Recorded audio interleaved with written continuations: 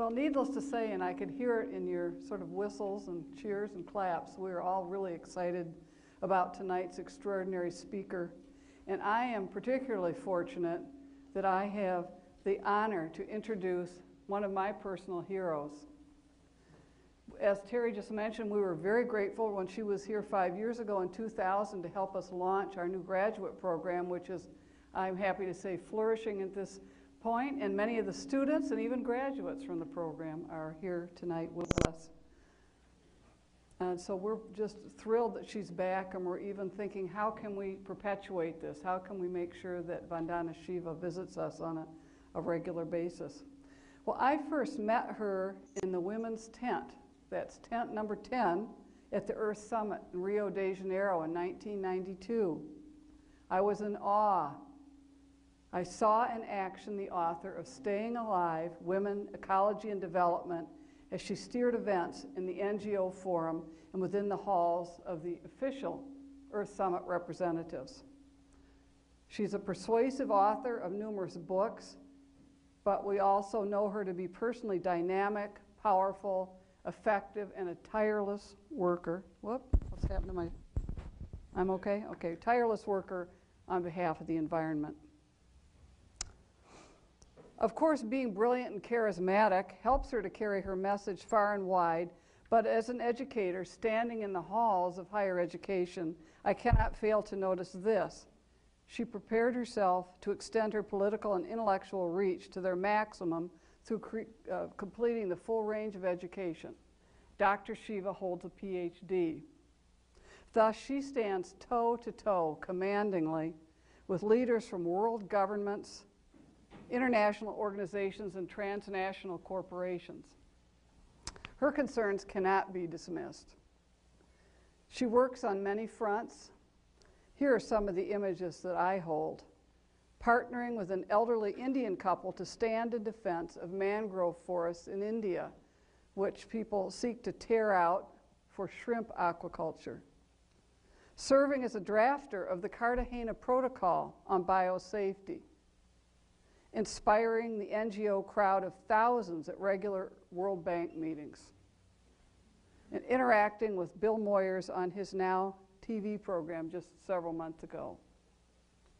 The images paint a picture of a person who is comfortable participating in every facet of environmental advocacy, from local grassroots actions to the bright lights of the international stage where she is unquestionably a star.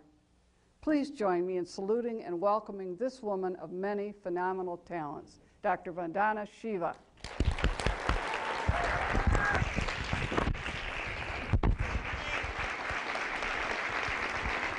Now, where should we hook it?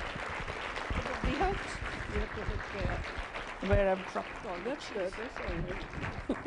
It doesn't show.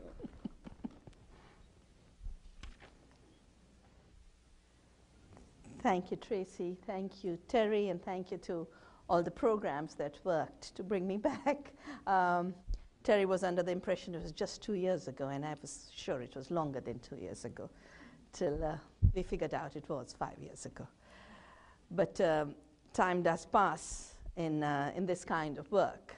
And what I've learned over my now 3 decades of environmental work and environmental activism is it's just a few lessons I'd like to share with you on education for sustainability, but through how I've learned lessons in sustainability and how we are engaging in public action as an aspect of education. Well, the first thing I've learned is, as far as lessons in sustainability are concerned, and education for sustainability is concerned, is that everyone is a student everywhere, all the time, not just in classrooms. It's the one aspect where you just cannot master the art unless you're living it. And you can't master the art in a certain set of years. You kind of become an undergrad in international relations. become an M.Tech in information technology. And normally, you know, once you've reached that stage, that's the end of your learning. The rest of the time, you're replicating what you learned. In sustainability, there is never an end. Every day is a new beginning. And you can't box up education for sustainability. There is no way you can lock it up into a particular disciplinary track. There's always osmosis from other disciplines. And not only is there no boxing off in disciplines, there is no boxing off between knowing and acting. There is no possible division between living sustainability and thinking sustainability. Of course, there are people who try, but the rate at which the ecological crisis is unfolding, if all you're doing is a theory, you're outmoded before you start. Because this is the next thing you have to address, and the next level of connections you have to see. Some of this stubbornness to not see, I was just thinking of when you talked about the whole issue of industrial shrimp farming and the destruction of mangroves. I got involved in it because coastal communities were being devastated by shrimp farms, which literally pump the sea onto the land, as a result of which the seawater starts to seep out. It destroys the farmlands around. To build these farms, the mangroves must be destroyed. The coastal areas, which are commons, the beaches are commons from where the traditional fishermen set sail. They can't harvest their fish, they can't dry their fish, they've got no commons left.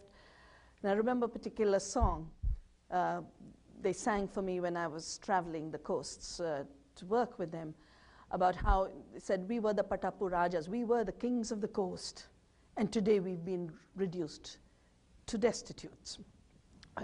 This was in the 90s. 94, we filed a case on behalf of that old couple, beautiful Gandhians, Jagannathan, Mr. and Mrs. Jagannathan.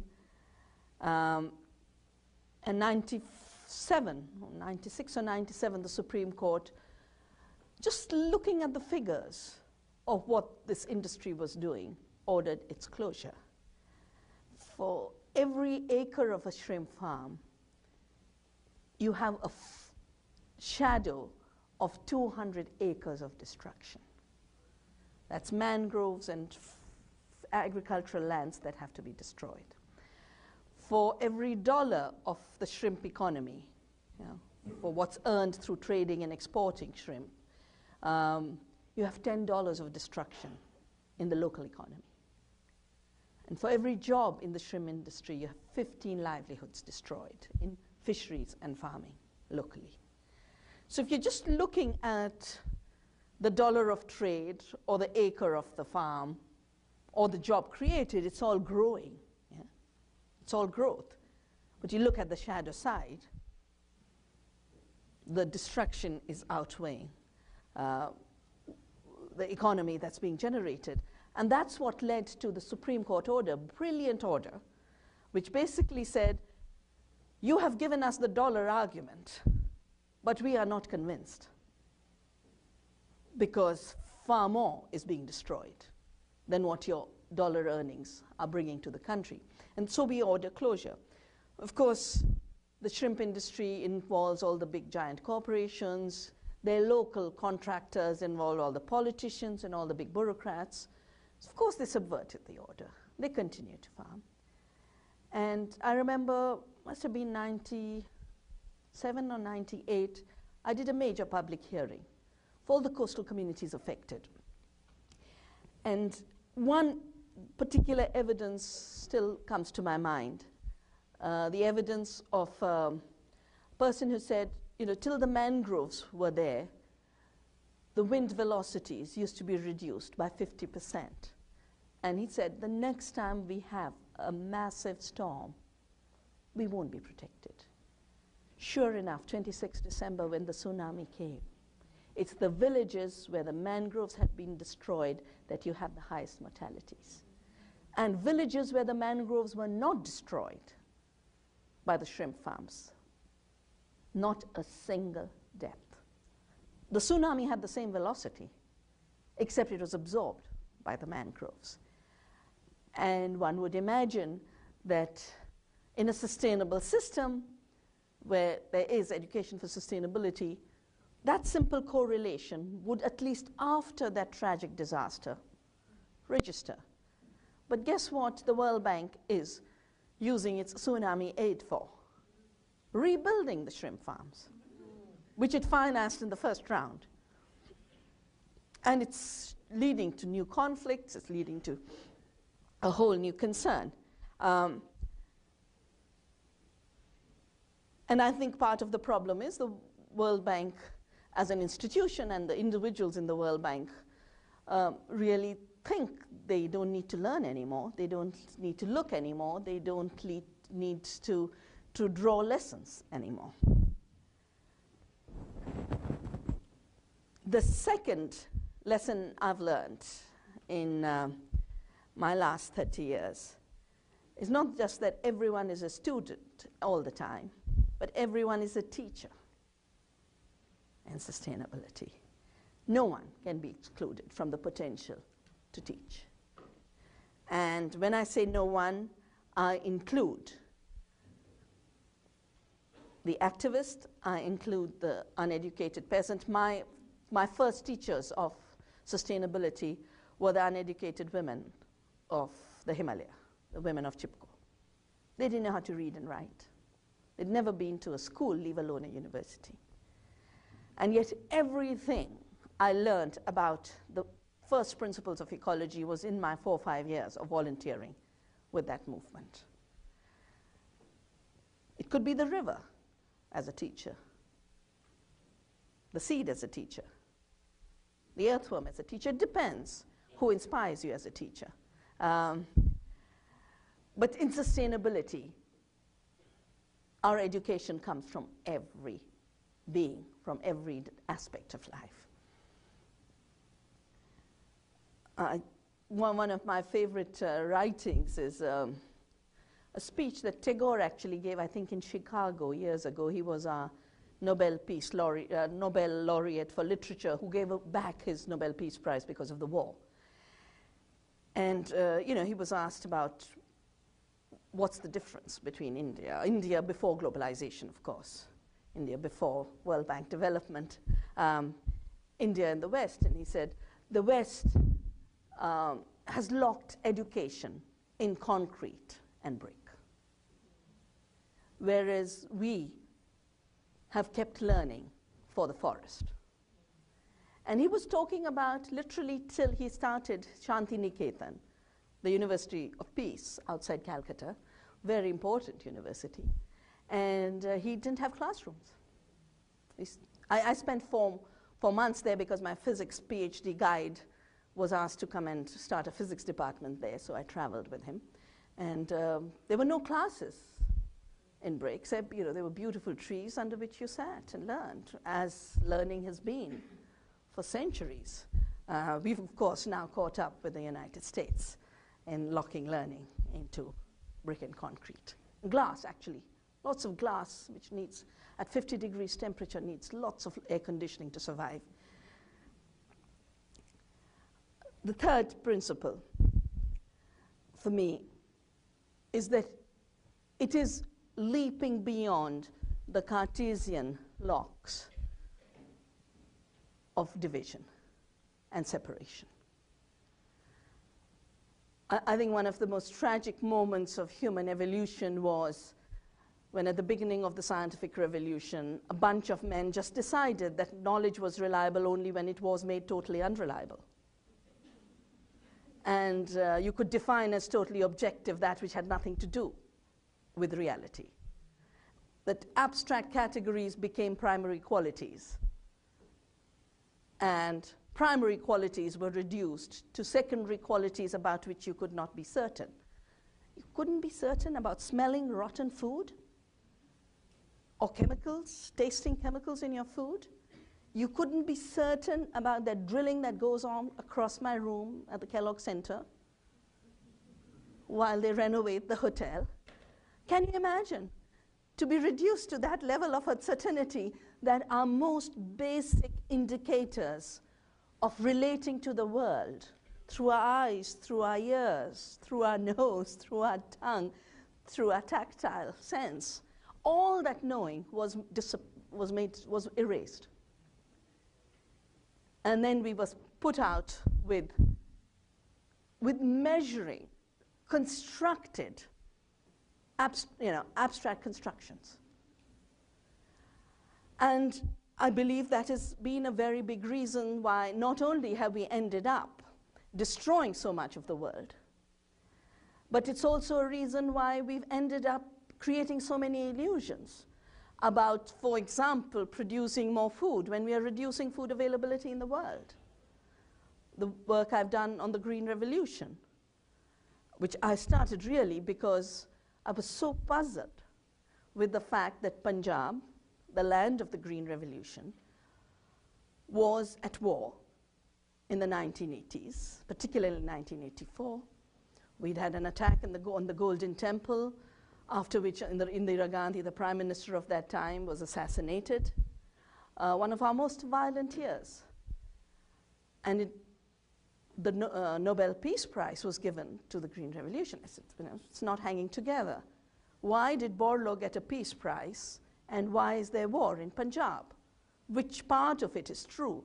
So I spent a year and a half doing a study for the United Nations, and eventually wrote the book called The Violence of the Green Revolution, in which I connected three kinds of violence.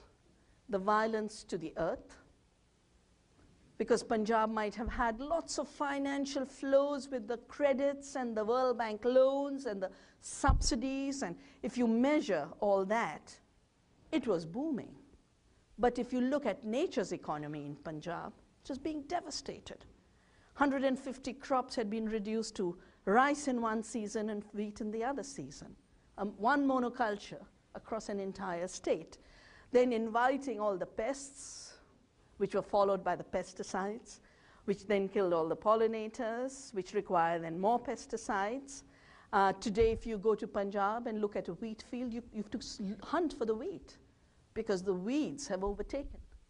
The more they sprayed herbicides, the more the weeds have prospered. And all that didn't happen for free. The first bit of seed and the first chemical came for free. That's what the subsidies were used for. But then the debts started to pile up. And today the farmers are so indebted. And there's been an acceleration since globalization with the liberalization of markets in seed, liberalization of the chemical markets, and the globalization of trade, which has led to dumping, and the famous $400 billion of subsidies that brought the Cancun negotiations of WTO to a halt, depressing prices, the combination of costs of production shooting up tenfold in a decade, and prices of crops dropping to 1/3, has basically meant that annually Indian peasants, according to our studies of empirical data of price collapse, are losing, just in crops. We're not talking plantations, we're not talking non-food production, we're just talking of the mainstream crops, the rice and the wheat and the cereals. Indian peasants annually are losing $26 billion annually. The entire aid budget of the world is $50 billion. Yeah. So half of it is being evaporated in India alone, but that same thing is happening in Africa, and the same thing's happening in Central America. And if you recognize that a quarter of the farmers and peasants are in India, then it's about $1 trillion being lost just in terms of falling prices annually. And that doesn't take into account the rising costs of production. Why are the costs of production rising? Because on the one hand, the seed sector is being liberalized, and that was part of what the WTO and the World Bank required. And the kind of seed supply that Latin American countries have had, African countries have had, India has had, is normally 80 to 90% seeds supplied by farmers themselves from seed evolved over millennia. And that's where the real diversity is. India had 200,000 rice varieties. Navdanya movement has saved more than 2,000 rice varieties now, after all the erosion of the Green Revolution. Hundreds of bean varieties, dals, legumes, wheats. We grow 35 kinds of wheats on our small little farm, one of which, by the way, was patented by Monsanto last year. And we challenged them, and the patent was revoked. It was a patent for an old Indian wheat variety. This is so funny, because the patent application said the wheat they're using is derived from an Indian wheat variety, except that because they'd stolen the wheat, they didn't know its name. But it was stolen from the border of India and Nepal. And I can just imagine someone on the phone saying near Nepal, and the pirate was hearing, Nepal became Nepal, and by the end of it, Nepal became the name of a variety. But in Hindi, Nepal means Napal, which is that which gives no seed, which no Indian peasant would name their variety. So we had a wonderful time challenging that patent, and in September last year, the patent was struck down.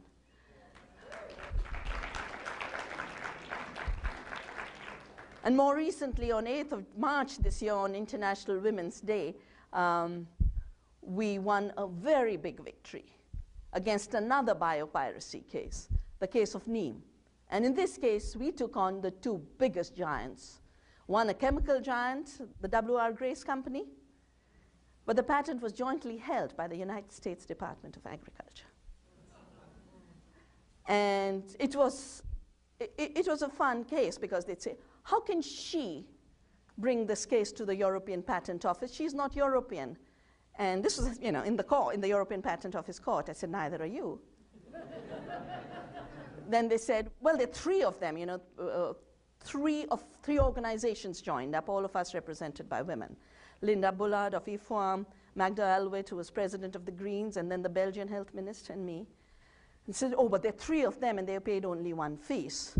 We said, there are two of you, and you paid only one fees. So no matter which argument they tried to use against us, technically on the same argument, they were being caught on the wrong foot. And for us, the neem case was very significant. It was most significant, first of all, because the neem is such a beautiful tree. And way back when the Bhopal disaster happened, I started a campaign immediately, 2 days later, called No More Bhopals, Plant a Neem.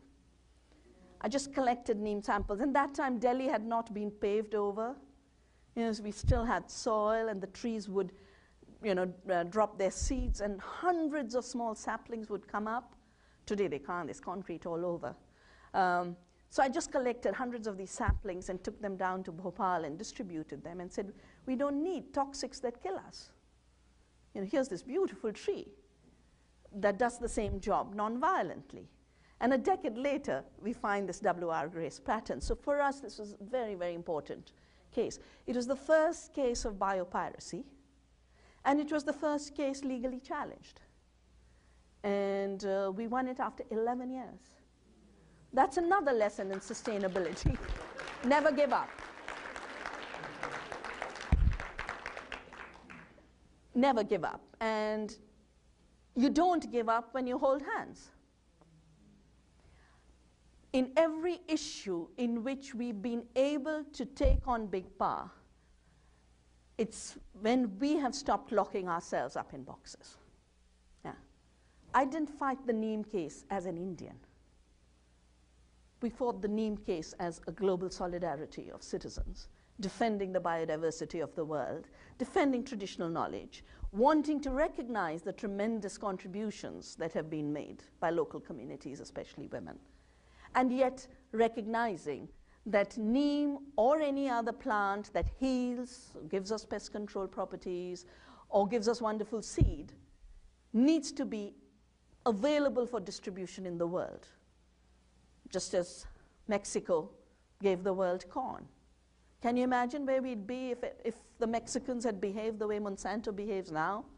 Royalty first? There'd have been no corn. There'd have been no amaranth. There'd have been no potatoes in our diets. There'd have been no squash. There'd have been no rice. None of the crops that feed us across the world would have been in agricultural systems because they've all moved through a generous giving. And there's a person who works a lot for Monsanto. He's Indian origin. He works in the University of Tuskegee. He runs something called an Ag Bio website. And he said to me once in a debate, oh, you know, we wouldn't have been farming if my grandfather hadn't been a biopirate. I said, did he patent the seeds? No. But he exchanged them. I said, exchanging is not piracy. Generosity is not theft. So exchange becomes piracy when you take for free and then want to treat it as your monopoly, and worse, your invention, as if it came out of your head. You know, the Cartesian disease continues. Everything comes out of the head. Intellectual property, the very term intellectual property, is defined as property in products of the mind, as if seeds pop out of Monsanto's head. Can you imagine? Property in products of the mind to cover seeds, genes, cell lines, microorganisms, Dolly the sheep. Poor Dolly the sheep. Remember, she was created by Ian Wilmot. And when all he did was mess her up. 272 of the fused cells led to mutants. They were just flushed down. They tried to sell them as ground meat, but citizens stopped that. But one became what I call a short-term sheep. She's now in a museum.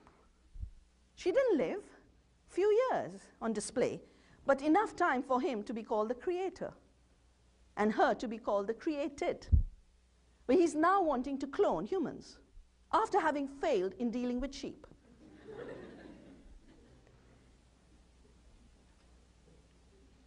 I think the other step, or the lesson in sustainability for me, is to give up that arrogance.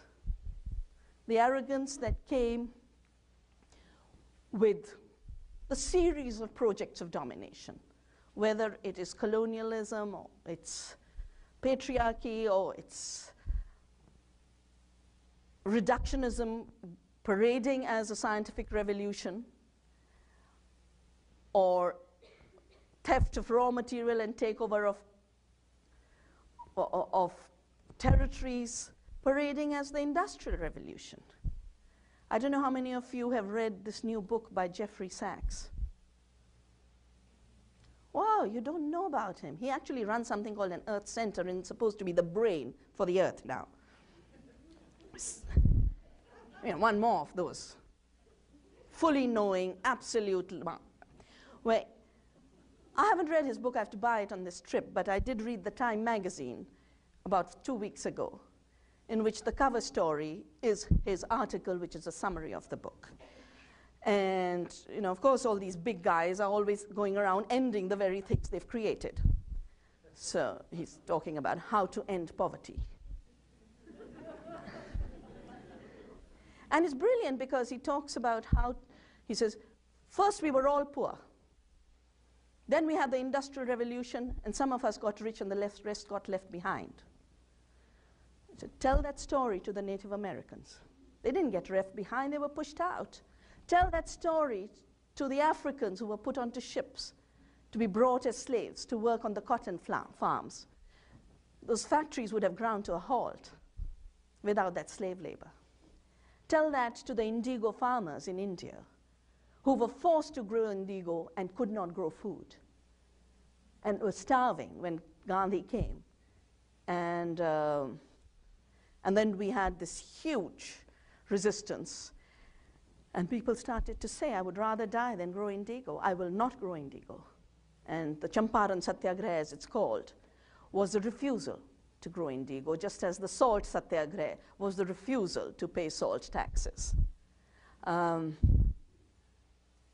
poverty came out of systems of dispossession.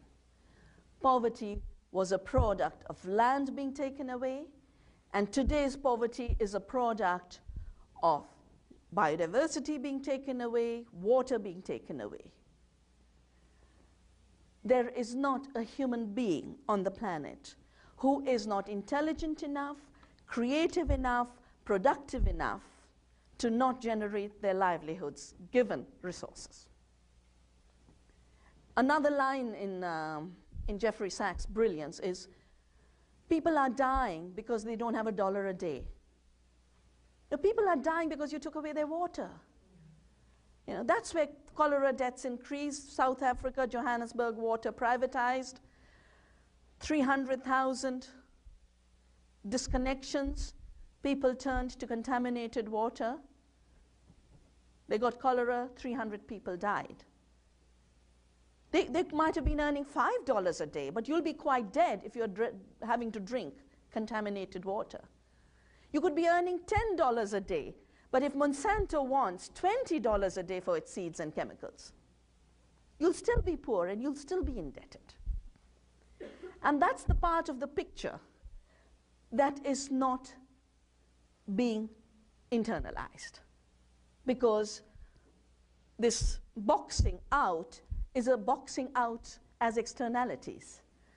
The ecological costs, the social costs, the human costs of a privileged redistribution. It's a revolution from the top.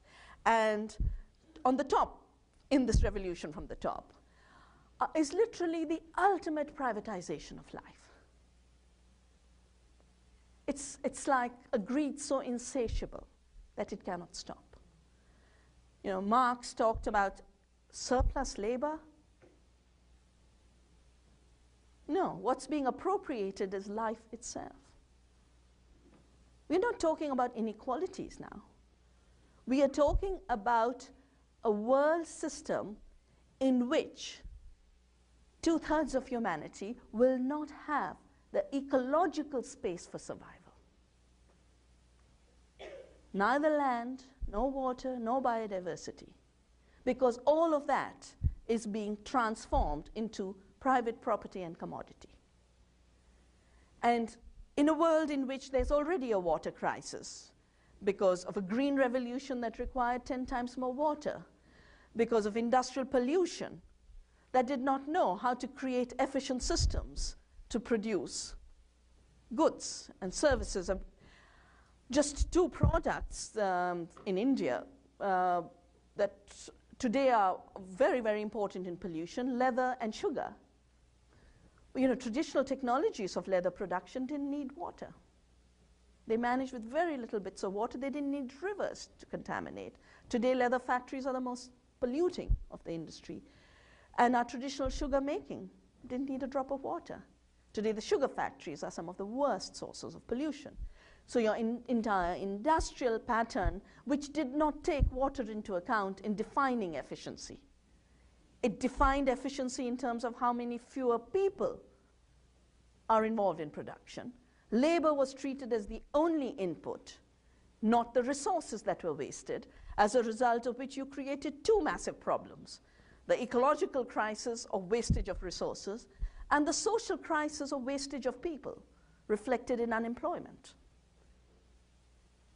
Today, there is no economic system in the dominant thinking which says, here's a place for people. Here is a place for engaging people's creativity. Here's a place for engaging people's productive capacity. Every measure of efficiency and productivity is get rid of people fast. But a planet with surplus people and abused resources is not a planet generating sustenance. So the two economies the dominant system is not able to address are the economies that sustain us: the economy of nature and the economy of sustenance. The babies we look after during the periods where they cannot engage in economic transactions are friendships, looking after each other in periods of need, when you're ill.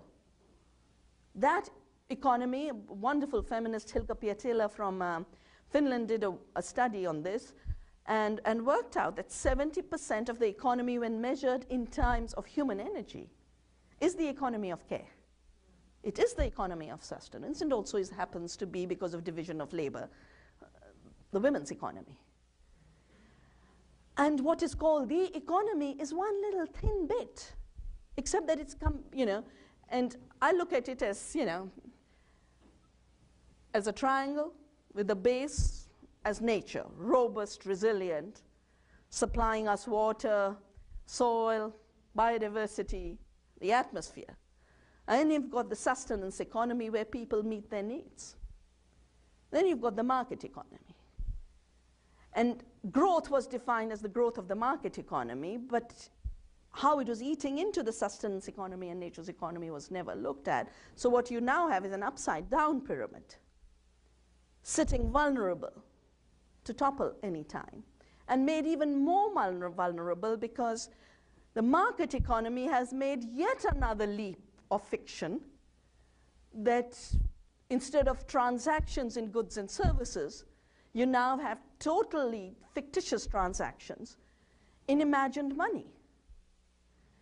And so much of the brain power of humanity is going in how to create that fiction of wealth. $3 trillion a day, 60 times more than what we can produce on this planet. And that hungry money then needs to invest. That hungry money needs to then own that river, own that forest, drill in Alaska, and find every last place to turn money into more money. Because protection of people's lives and protection of fragile ecosystems has happened because there were hands-off laws. You won't drill in nature reserves. You won't put factories in farmlands. You won't squeeze out rural areas by urban sprawl. And when each of those is lifted as an interference in investment and as a tariff barrier, what you basically have is this money that is 60 times more than what you can produce, requiring to literally take over the entire planet. And once it's taken over the entire planet, since it's got used to that imagined multiplication, you sit on a computer screen, I don't even know how those things work, but the derivatives and the this and the that, all I know, it's one fun game of fiction, one big casino. But once you've got used to that, you're not going to imagine that when you start drilling out too much water, it won't keep filling up with fictitious water. You're going to run out of water. So when the market starts to define sustainability, you start to get a total confusion. And you start to replace the sustainability of nature, her vital ecological processes, the life support system she offers, the sustainability in terms of society, the ability for us to look after ourselves, each other, our communities.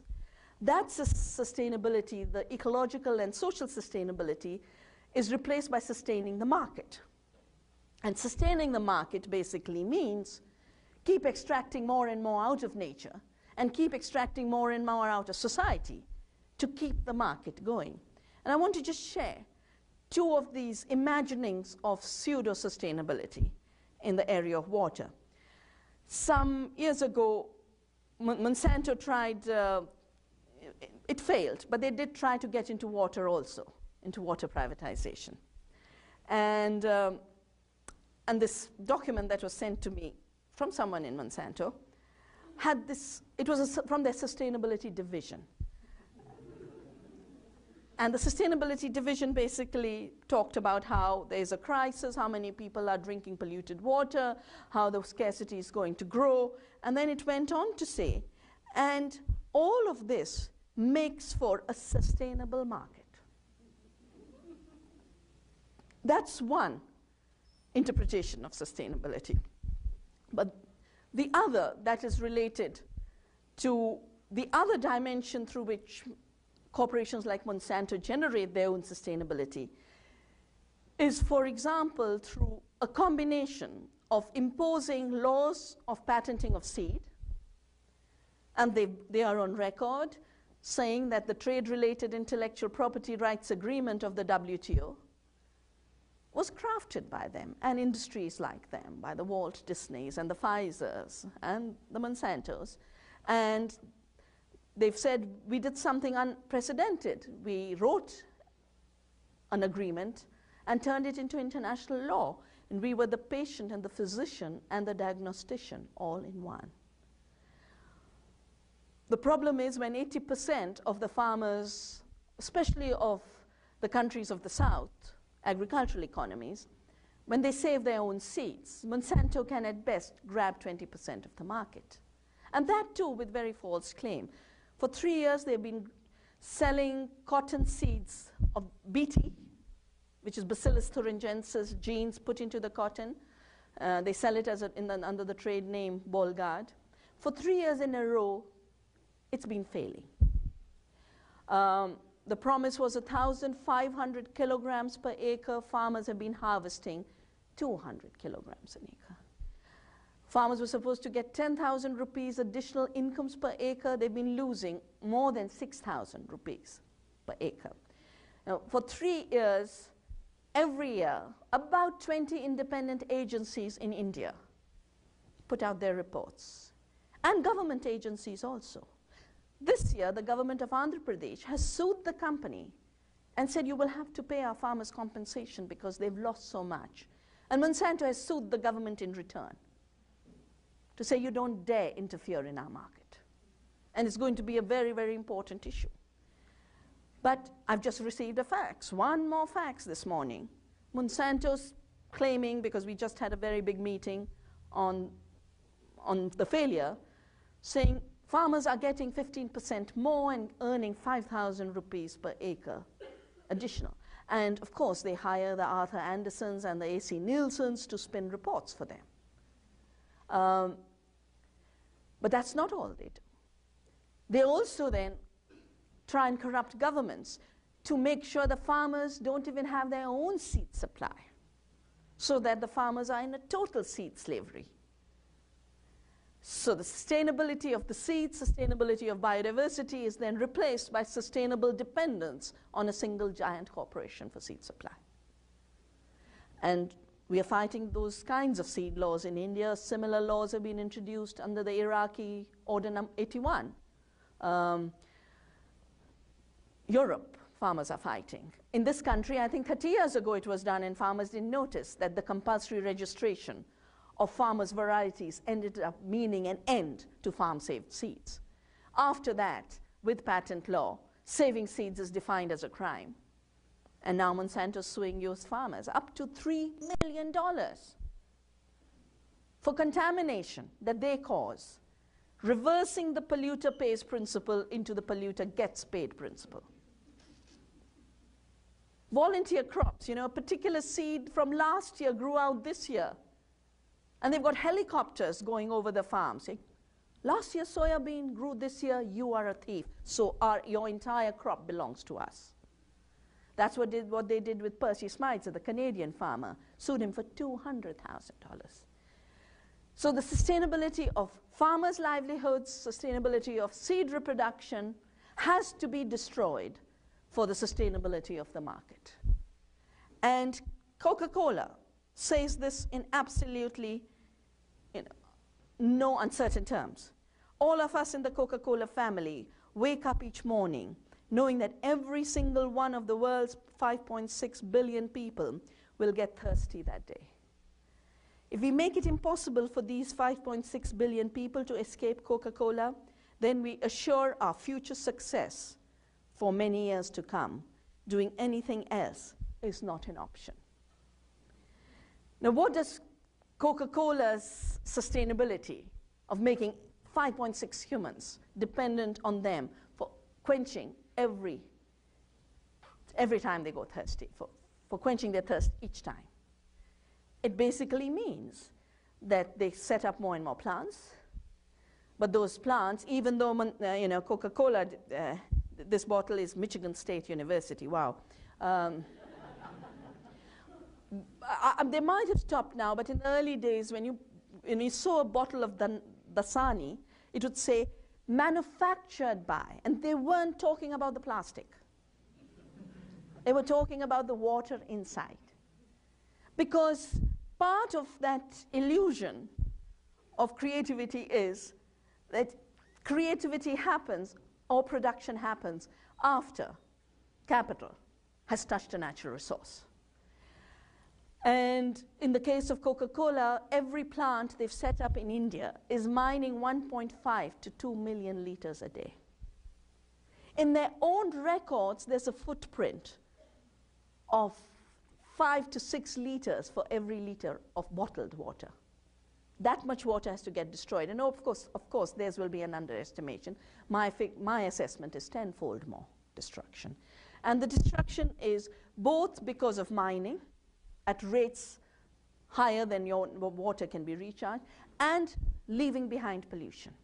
Pollution both from the the reverse osmosis that they use for bottled water, and for their bottled water plants, which flushes out all those things they use in these drinks that aren't supposed to be in food. Phosphoric acid to give you a kick. This thing that you use for anti-freeze, for cars, ethylene glycol, they put that in tropical countries so that the temperature is reduced and you get an extra kick.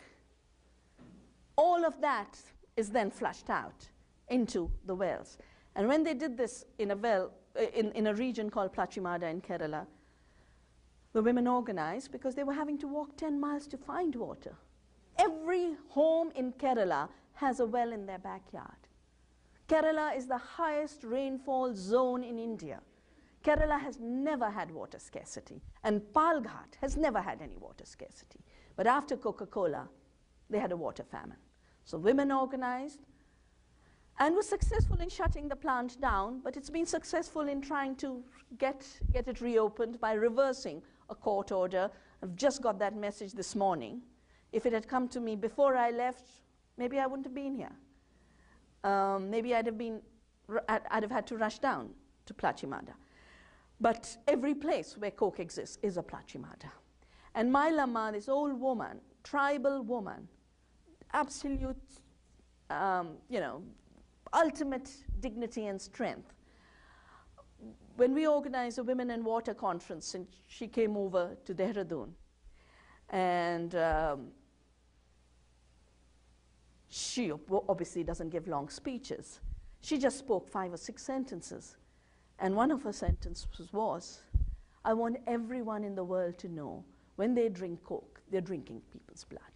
Because do not forget where this comes from. And I think that to me is really the final lesson about sustainability. To be able to be aware of what is the beginning and what is the end of our production and consumption system.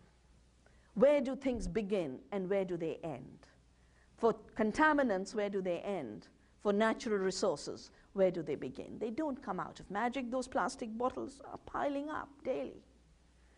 And as we are made to distrust our taps, as we are made to allow our public utilities to collapse, as we are made to imagine this is where our water security will lie, not in our aquifers, not in our rivers, not in our lakes, but in the plastic water bottle, we are making sure that most beings on the planet don't have water, that most human beings don't have access to water, and after a while, nobody has access to water.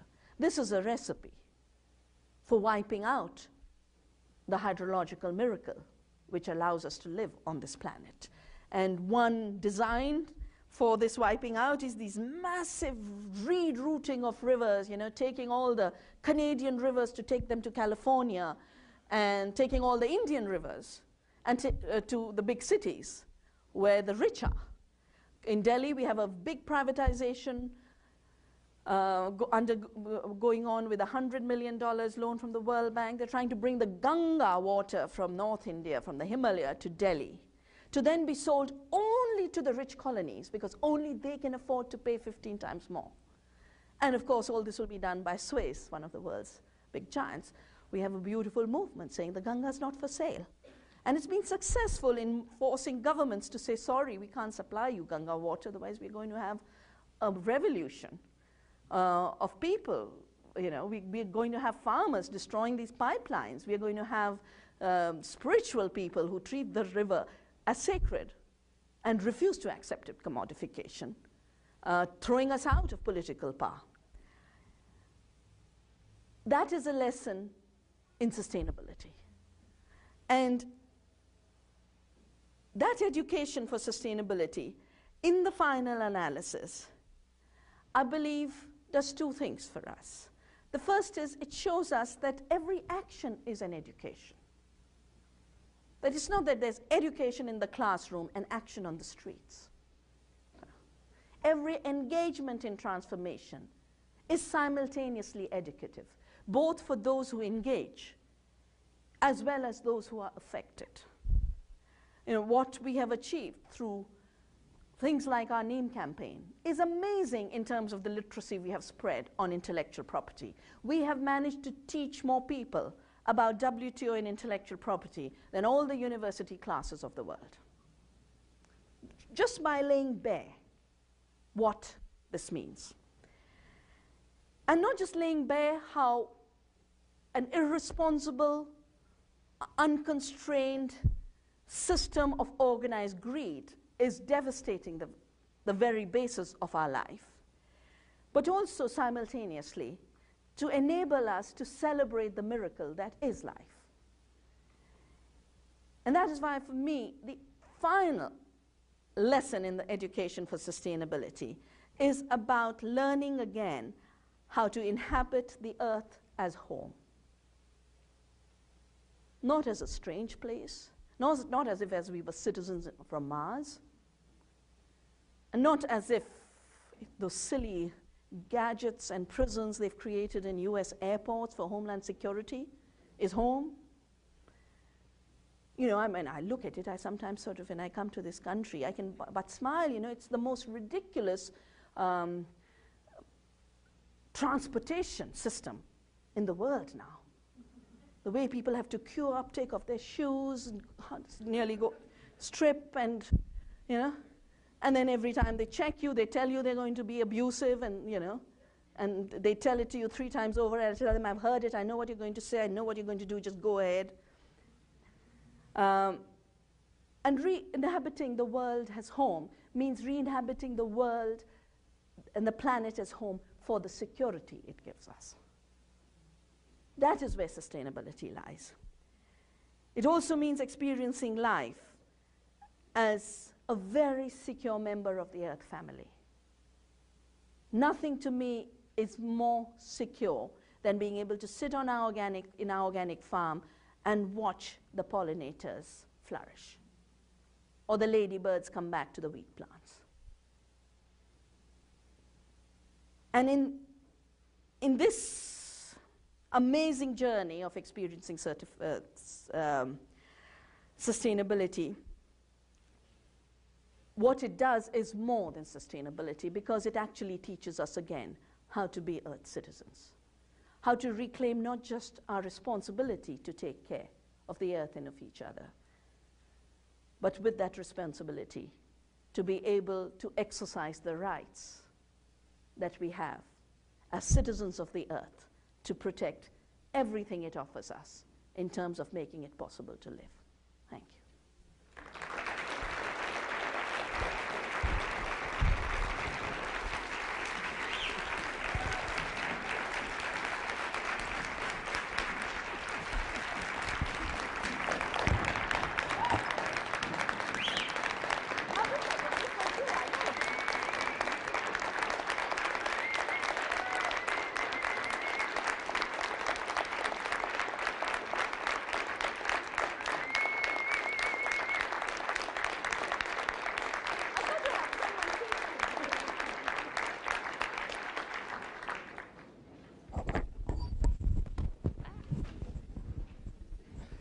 Dr. Shiva has graciously agreed to answer a few questions. So if you have a question, we'd be glad to hear it. I only ask, there's a large crowd and probably quite a few people with questions, so we would be appreciated if you would resist the temptation to expound and just ask your question. You're talking about the soya industry? Yeah, the question is, how is the soya industry involved in India? Well, you know, we've had our own indigenous soya in the hills, beautiful black soya. It's called the bhat. And I remember as a kid, we could roast it and eat it. It was one of our favorite snacks, very high protein. But the soya bean that has been spread in the last, literally in the post-war era, is now the US hybrid. And this was evolved really for cattle feed. It was evolved for cattle feed during the war when, because of the war, the United States wasn't getting enough of its shipments. But in addition to cattle feed, they then learned, also because there was a shortage of lard at that time, they learned through solvent extraction how to extract oil and fat from obstinate sources. In the case of lard, it was carcasses thrown away. And in the case of oil, it became soya oil, which is not an oil, edible oil in any sense of the term, you know. Edible oils are those when you put between your fingers and you do that, you get oil like coconut. You can put sesame oil in a little pestle and you get oil. You put groundnut. You know, those are called edible oils, where oil just oozes out, and you can do it at any level in the household, in the cottage industry, at any level. Soya industry means you need solvent extraction plants. And about 20 years ago, the World Bank started to finance soya bean in a particular belt of India, which is sort of the Narmada Basin, the Malwa Plateau. And all of it used to get exported as cattle feed to Europe. And then the solvent extraction plants used to have some edible oil, but it was a very unpopular oil. Nobody consumed it. People looked down on it. It was really considered third rate. It wasn't what you eat. But 1998, an entire edible oil industry was slammed shut, and the soya oil imports were opened up overnight. And of course, the Soya Association had been camping in India and hanging around and ensuring that this happened. So what's happened now is 70% of India's edible oil has moved to imported, subsidized, probably genetically engineered soya oil. Meantime, the Indian industry is, what little there was, is collapsing because the subsidized soya is so much cheaper than the local soya because it's not that subsidized. But we have a huge movement against soya monoculture because it has finished off the soils, it's finished off the farmers. They have huge pest infestations. I get visits from Madhya Pradesh, farmers wanting us to come and help them convert to organic farming and to diversified agriculture. And it's really sad, you know, in 20 years, you can actually lose knowledge of farming. So Punjab, people don't know how to farm without chemicals, and it's a very, very big job. And the same goes for the soya industry. But my figures are that, you know, the world's agriculture, if we don't through our choices in terms of what we eat, what we buy, if we don't make our decisions felt on the marketplace, the world's food supply system is being moved to a soya monoculture. And it's being reconstituted into everything. You know, we Indians love dals. And now they want to sell us analog dals, you know. So you don't have to have your chana and your tur and your masoor and your moong. It'll all be soya, shaped into certain different shapes and colored in different dye. And I definitely don't want to live in an impoverished world of a soya monoculture. Well, it's realistic in the sense it's happening, it's for real. Is it realistic in being able to change the patterns of corporate behavior? Not by having one, you know, this big Coca-Cola fight we have, well, every time there's an issue on mining of groundwater, they set up one little tank for water harvesting. And they call it corporate social responsibility. $1.52 million mined, 200 liters harvested. Yeah? So as long as you have 200 liters of showcasing and 2 million liters of destruction, it won't solve the problem of non-sustainability. And that's why it's not enough for corporations to declare how sustainable they are. The real report card is for communities that are impacted to declare that they are sustainable. I don't think it's just a school of thought. I think there is a deep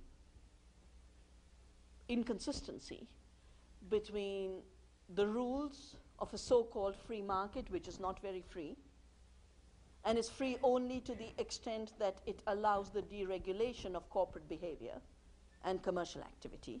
And part of that deregulation is environmental deregulation, removing all the regulations that put limits on exploitation, pollution, etc. Now, deregulation of resource exploitation cannot then conserve the resources that you're overexploiting without any limits or without any regulation. And I can give you many, many examples of how the laws of the market and the laws of ecological sustainability are running into deep contradiction with each other. And what globalization as deregulation as commerce has done is break down the capacity of governments to be able to put any limits. That's exactly what has been sacrificed. So what's the only thing now surviving is citizen concern for conservation to rebuild back into regulatory structures at various levels, local, national, global.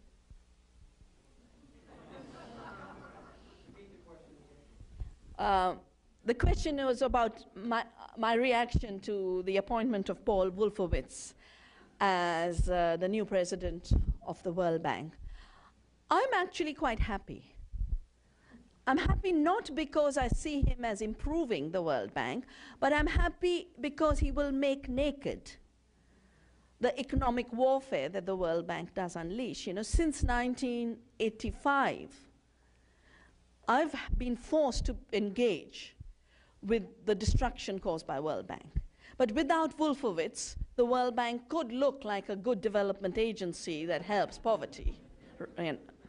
And now we don't have to go through that pretense anymore. We can deal with both the Iraq war and economic welfare as one agenda. It in a way helps consolidate citizen agendas for peace and sustainability.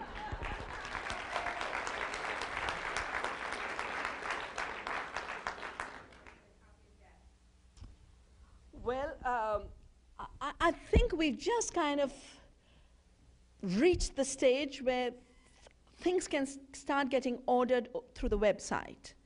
And it's not just that film. We've actually got some very, very nice films.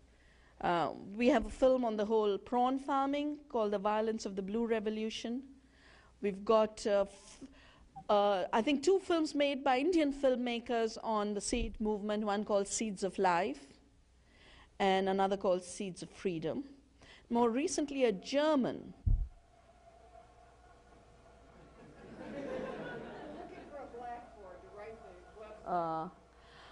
and a German filmmaker has made a very nice film on corporate control of seed as well as life out of control. He's a very thoughtful filmmaker, and he's made some copies available to us. Our website, the Navdanya website, is navdanya.org, Navdanya. And this is not a reshuffle of my name. Some people actually think that. No, it means 9 seeds, and it's the name I gave to the movement for saving diversity. Navdanya, Navdanya. And the usual wwws and all of that. .org. And on that site, you will find the publications, you'll find the films, but you'll also find announcements of the short courses we do at the School of the Seed. We call it the School of the Seed because we do learn from the seed. And you know, they're very nice courses. And some of the courses involve excursion, you know, exposure tours to communities which are actually doing this work of building sustainable economies and reclaiming their self-rule over their water, over their seeds, over their biodiversity. Well, I think everywhere in the world we need to recognize that every step of pushing people into poverty and unemployment is used as another step to create economic colonialism. So after people are rendered hungry, then GM foods are brought. And then when you talk about the hazards of GM foods, the whole issue of poverty is raised. That they can't afford quality, they can't afford organic because organic has been made artificially costly by subsidizing the chemical and genetic option. The same goes for water. And I think every time communities are artificially impoverished, it doesn't mean they get further hydrologically impoverished and nutritionally impoverished. And that's why I keep talking about the three economies. That making the market economy grow at the cost of nature's economy and sustenance economy is no way of solving a poverty problem. It is a sure way of increasing the poverty problem. And I think that kind of work needs to be best done regionally.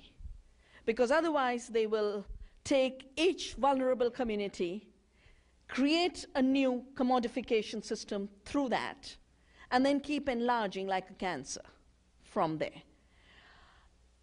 And so basically I'm saying you have a huge university, not that far, I was told this afternoon by the group that had come, just 1.5 hours drive. And I think the problem of Highland Park, it's called, the problem of Highland Park should be an issue of all the concerned citizens of Michigan. Anyone engaged in economic justice and anyone engaged in ecological sustainability.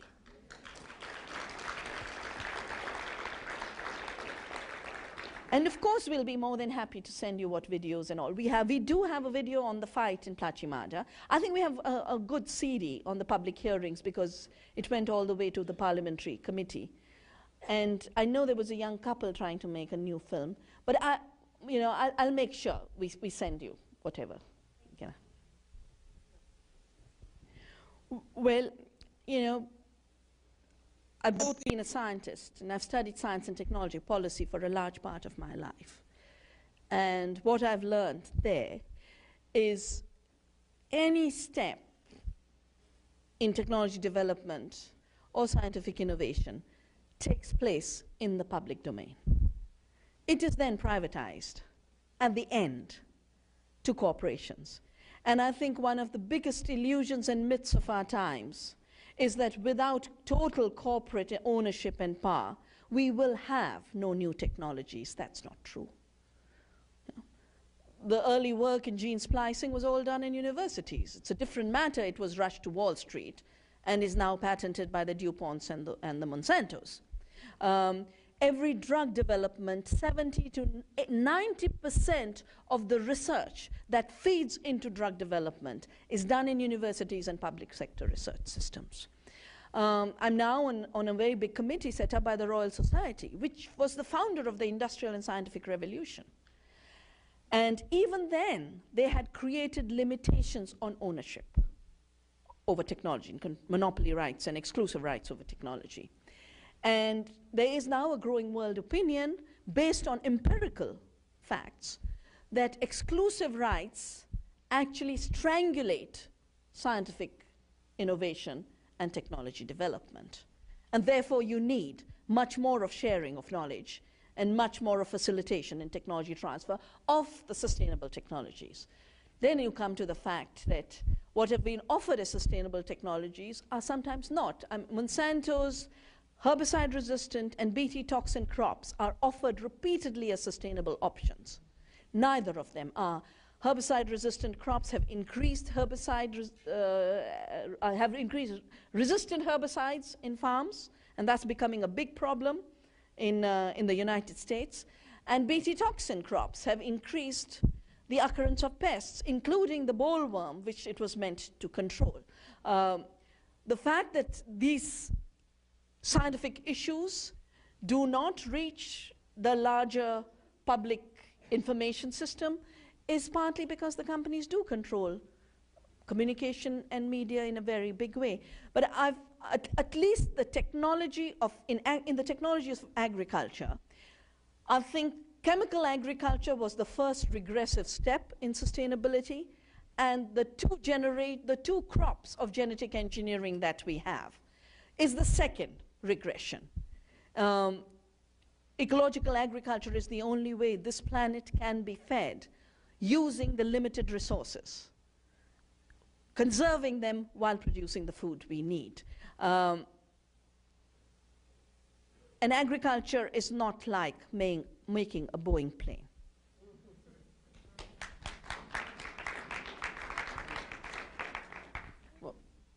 Well, I think the first step of healthcare is to not create ill health. The first thing we need to strike off our list is junk foods, and recognized today by the WHO as the cause for the biggest disease epidemic of our times. The second is not criminalizing knowledge systems that cure. You know, the witch hunts were the first criminalization. You know, who were the witches? They were the knowers of healing. In this country, every alternative system of medicine is hounded out. You know, in the United States, you cannot treat cancer through alternative therapies. In Europe, it's all recognized. In India, 70% of all healthcare is still indigenous systems like Ayurveda, Siddha, Unani, and folk medicine. And we need to maximize that. That doesn't mean the one rare herb in the Himalaya should be exported all over the world. No. There'll be plants, healing plants in this continent as there'll be healing plants in Europe, and I think we need to turn back to the healing plants again. And the third issue is where there are synthetic medicines, new molecules, new healing through chemistry, we need to remove the patent restrictions. You know, India just was forced, literally, through the corporate influence, as well as the US. I mean, you know, Condoleezza Rice visited us just a few days before our patent law was changed. And I want to just, you know, as an aside, remind you that 2002, we had the horrible genocide in Gujarat. And in the shadow of that genocide, and I've talked about it in my book that's, I think, out now from 7 Stories called India Divided, a patent law, a second amendment of the patent law was made. And at that time, the United States didn't say a word about Narendra Modi, the chief minister. But now suddenly he's a human rights violator. Because at that time, the BJP was in power and they were being used to change India's patent laws. Today, it's the Congress in power and the BJP has been used and thrown away. But the Congress just brought a new patent ordinance and then voted through, which both brings patents on seeds, and we've got a non-cooperation movement going, but it also changed the patent laws on medicine. India is the cheapest source of medicine in the world. The same HIV/AIDS retrovirals that US corporations sell for $20,000, we make for $200. And we have managed to supply all of Africa. Now, with the new patent laws, Africans won't have access to that affordable medicine. 4 companies used to make a cancer drug in India, which used to cost 10,000 rupees per month of treatment. Novartis has just brought in a patent, and 4 companies have shut down, and now Novartis's treatment costs 125,000 rupees per month, which even the rich of India can't afford. So what we are really seeing is both the creation of more disease and then a prevention of the ability to treat disease. I believe the three areas where sustainability, justice, humanity will necessarily have to be reclaimed, because if we can't, we don't live, is water, food, and health. And these are the three areas where it doesn't matter where you are. You could be in North America, you could be in India. Recovery of the commons and recovery of the public domain are the new democratic issues of our times. Thank you.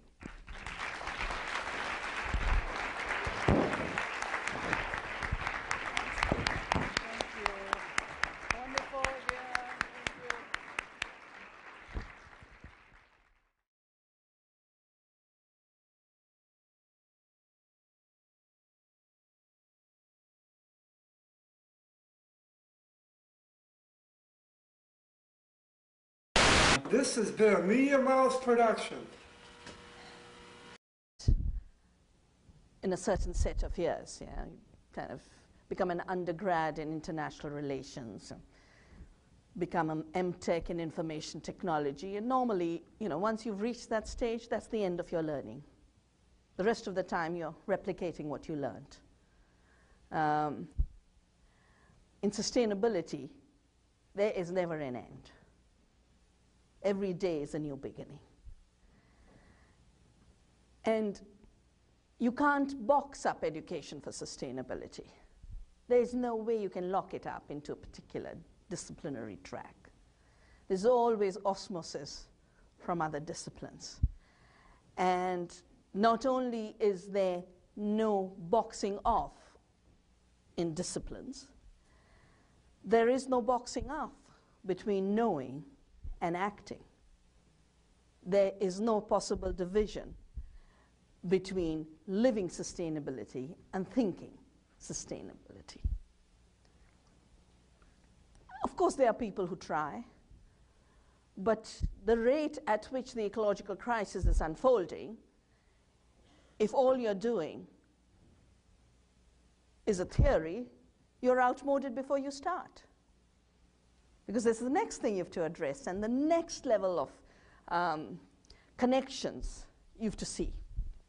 Some of this stubbornness to not see, I was just thinking of when you talked about the whole issue of industrial shrimp farming. Of course, being brilliant and charismatic helps her to carry her message far and wide, but as an educator standing in the halls of higher education, I cannot fail to notice this. She prepared herself to extend her political and intellectual reach to their maximum through completing the full range of education. Dr. Shiva holds a PhD. Thus, she stands toe-to-toe, commandingly, with leaders from world governments, international organizations, and transnational corporations. Her concerns cannot be dismissed. She works on many fronts. Here are some of the images that I hold. Partnering with an elderly Indian couple to stand in defense of mangrove forests in India, which people seek to tear out for shrimp aquaculture. Serving as a drafter of the Cartagena Protocol on biosafety. Inspiring the NGO crowd of thousands at regular World Bank meetings. And interacting with Bill Moyers on his Now TV program just several months ago. The images paint a picture of a person who is comfortable participating in every facet of environmental advocacy, from local grassroots actions to the bright lights of the international stage where she is unquestionably a star. Please join me in saluting and welcoming this woman of many phenomenal talents, Dr. Vandana Shiva.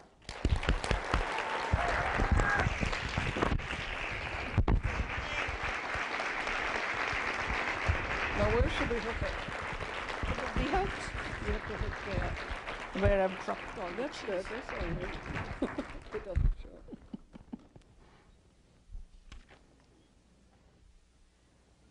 Thank you, Tracy. Thank you, Terry, and thank you to all the programs that worked to bring me back.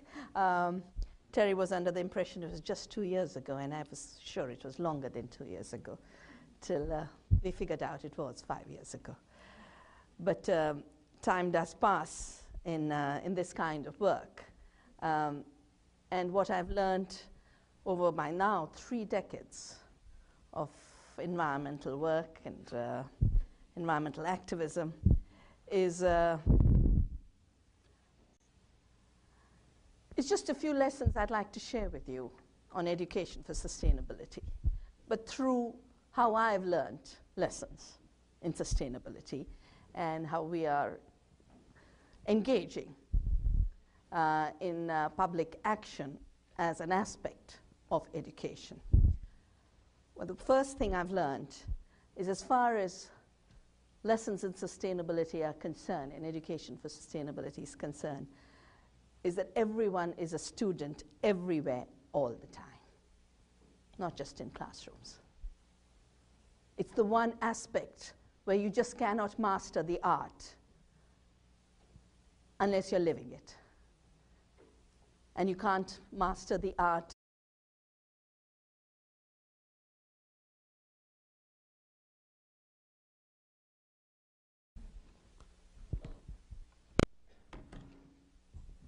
Well, needless to say, and I could hear it in your sort of whistles and cheers and claps, we are all really excited about tonight's extraordinary speaker. And I am particularly fortunate that I have the honor to introduce one of my personal heroes. As Terry just mentioned, we were very grateful when she was here 5 years ago in 2000 to help us launch our new graduate program, which is, I'm happy to say, flourishing at this point, and many of the students and even graduates from the program are here tonight with us. And so we're just thrilled that she's back, and we're even thinking, how can we perpetuate this? How can we make sure that Vandana Shiva visits us on a regular basis? Well, I first met her in the women's tent. That's tent number 10 at the Earth Summit in Rio de Janeiro in 1992. I was in awe. I saw in action the author of Staying Alive, Women, Ecology and Development as she steered events in the NGO forum and within the halls of the official Earth Summit representatives. She's a persuasive author of numerous books, but we also know her to be personally dynamic, powerful, effective, and a tireless worker. Whoop, what's happened to my, I'm okay? Okay, tireless worker on behalf of the environment. And the destruction of mangroves. I got involved in it because coastal communities were being devastated by shrimp farms, which literally, pump the sea onto the land, as a result of which the seawater starts to seep out. It destroys the farmlands around. To build these farms, the mangroves must be destroyed. The coastal areas, which are commons, the beaches are commons from where the traditional fishermen set sail. They can't harvest their fish, they can't dry their fish, they've got no commons left. And I remember a particular song they sang for me when I was traveling the coasts to work with them, about how they said, we were the Patapu Rajas, we were the kings of the coast, and today we've been reduced to destitutes. This was in the 90s. 94, we filed a case on behalf of that old couple, beautiful Gandhians, Jagannathan, Mr. and Mrs. Jagannathan. And 97, 96 or 97, the Supreme Court, just looking at the figures of what this industry was doing, ordered its closure. For every acre of a shrimp farm, you have a shadow of 200 acres of destruction. That's mangroves and agricultural lands that have to be destroyed. For every dollar